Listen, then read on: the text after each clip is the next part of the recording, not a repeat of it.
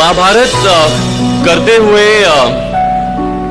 एक particular question मेरे दिमाग में कई बार आता था कि हर जगह आपको कृष्ण भगवान स्माइल करते हुए दिखाई अवश्य देते हैं कि उनके मुंह पर वो मंद मुस्कान जरूर होती ही होती है।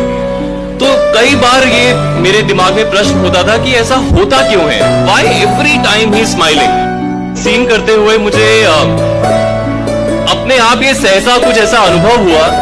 कि शायद वो हमें टीचिंग देते हैं कि लाइफ में कैसी ही सिचुएशन क्यों ना हो,